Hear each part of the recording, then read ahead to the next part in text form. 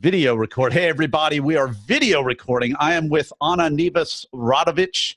And am I still saying your name correctly, or am I close enough?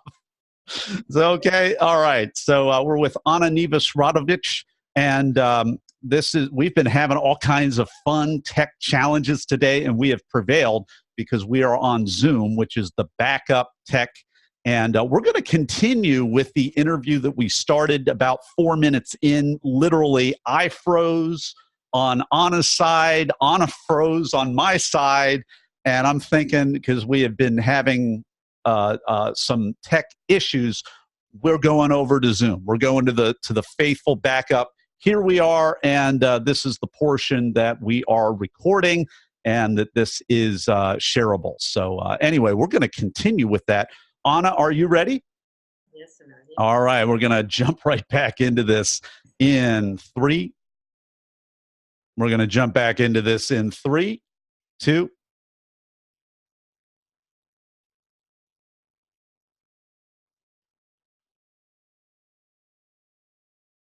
So, Anna, I'd love to hear the backstory about the numbers part. You told us the backstory of your passion as a child for painting.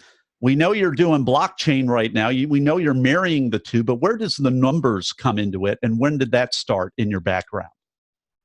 Well, the idea of getting my very first job was firstly connected to tourism and marketing and sales and so on, especially because I live in the area where tourism is the most developed type of industry. However, my passion for mathematics, for numbers, made me go to the bank. I was trying to find a job in a bank. My very first job was in a bank because my very first idea and my very first thought about the banking was the fact that I will deal only with the numbers without some mathematic rules, and that I will never have to deal with somebody's bad decision that could be harmful to some other people.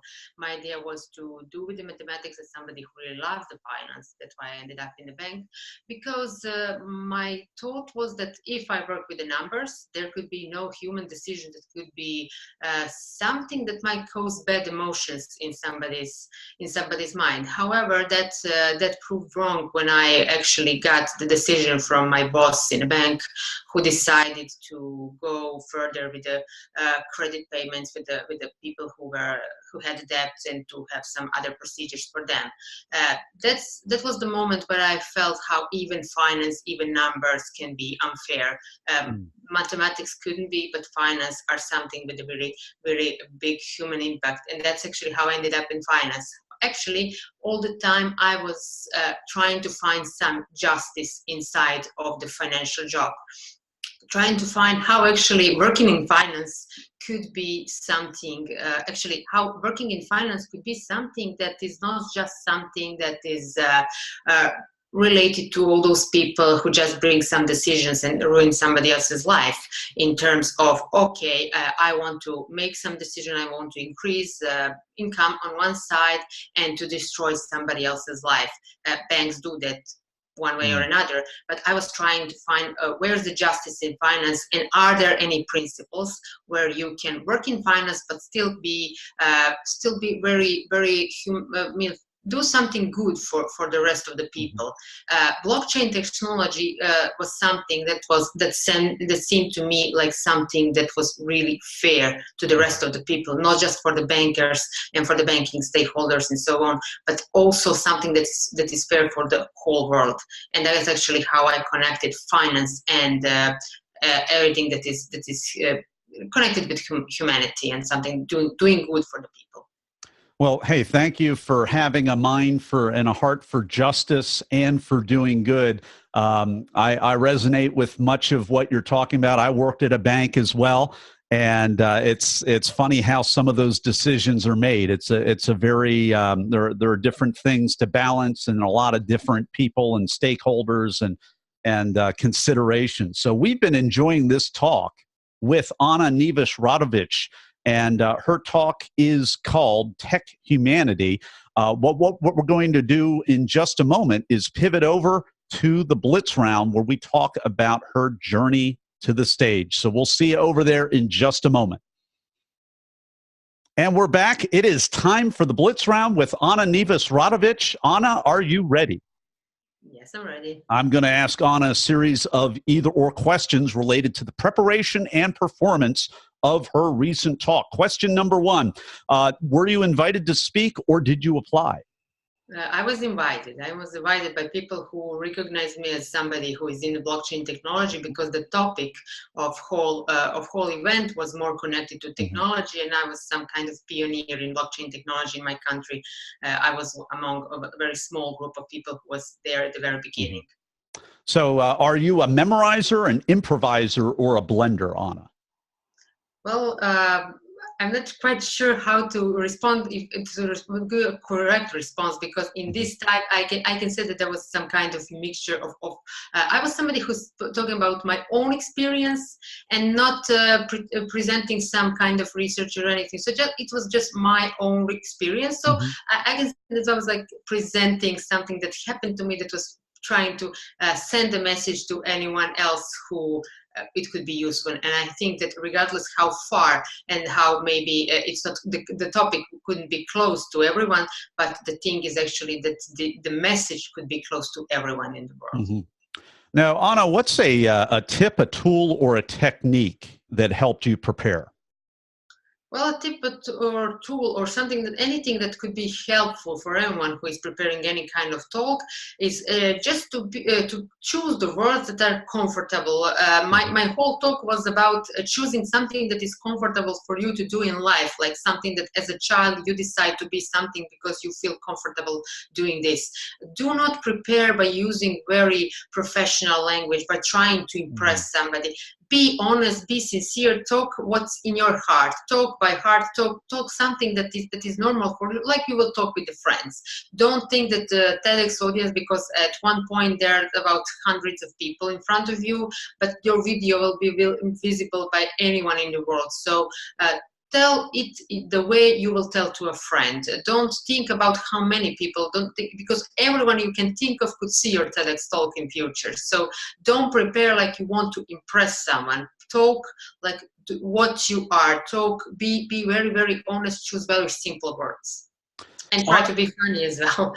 And also try to fight the technology, regardless how it's helpful to us, because at the moment of my TEDx, there was also some issues with technology like anywhere else in the world.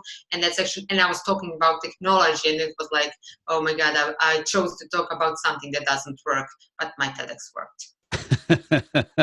Well, hey, and that's my next question. What was the most unexpected, strange, or just plain weird thing that happened during your talk or right before you went on stage, Anna? When I was at the rehearsal, everything went perfectly. The microphone, the sound, the pointer for the PowerPoint presentation, and so on. During my TEDx talk, the pointer for PowerPoint presentation lost the batteries or something. It was very, very hard to point. And even on a video, I was shown like somebody who is giving some comments somewhere in the distance.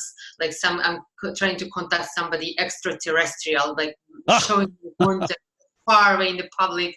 Okay, I want the signal on my presentation. So that was actually the worst part of it. Everything else went perfectly, but the sound was okay. On the video, it was broken several points, especially when I was talking about how actually I was referring to John Lennon's song Imagine. That was actually the very idea. And when I said that on a video, it's not visible because the microphone broke at that moment, and I saw faces in the audience, people who were saying, okay, was it supposed to be like, what did she say? And of course, you don't have enough time to repeat anything. So if you see that the technology doesn't work perfectly, just feel free to repeat something. Leave some room for your talk to be some words until you get the feedback from the audience that you wanted. If you don't see them laughing, then try to repeat it in some way so they get the message. Probably the microphones and something broke, and probably they do not get the message the way you hear yourself, because you're on the stage and they are in the audience, and the sound doesn't work perfectly. So when you see it, feel okay, actually try to get the feedback you want. I mean, if it's not funny, nobody will laugh, of course, but you don't want to be funny on the stage. But if you see that there should be some message that should cause some emotions, try to reach that emotion, because your TEDx or any kind of talk wouldn't be full without it, wouldn't be complete. Well, we've been enjoying this blitz round with AnaNivesRadovic, and her talk again is Tech Humanity. If you want to find out more about her, you can go to our Be The Talk website. We will have a link to her talk. We will also have a link where you can connect with her at perperzona.me, perperzona.me, and we'll have a link there to Anna's website. And we'll be back in just a moment with the final word of advice from Anna. And it is time for the final word of advice from AnaNivesRadovic. What is it? Well, just whenever you prepare for some kind of talk, think about your message and think what's the best way to share that message. Don't think about anything else, because your message is the most important thing, and that's why you're on the stage. You're not on the stage to shift anybody's emotions. You're not on the stage to cause anybody laugh or cry or anything. You're there to submit the message and to make that message universal. Try to talk about universal topics, so regardless how audience is close or far from your topic, can learn something from you. So be comfortable with who you're talking to, but be comfortable with your topic, but also be comfortable with the fact that you will be visible to billions of people worldwide.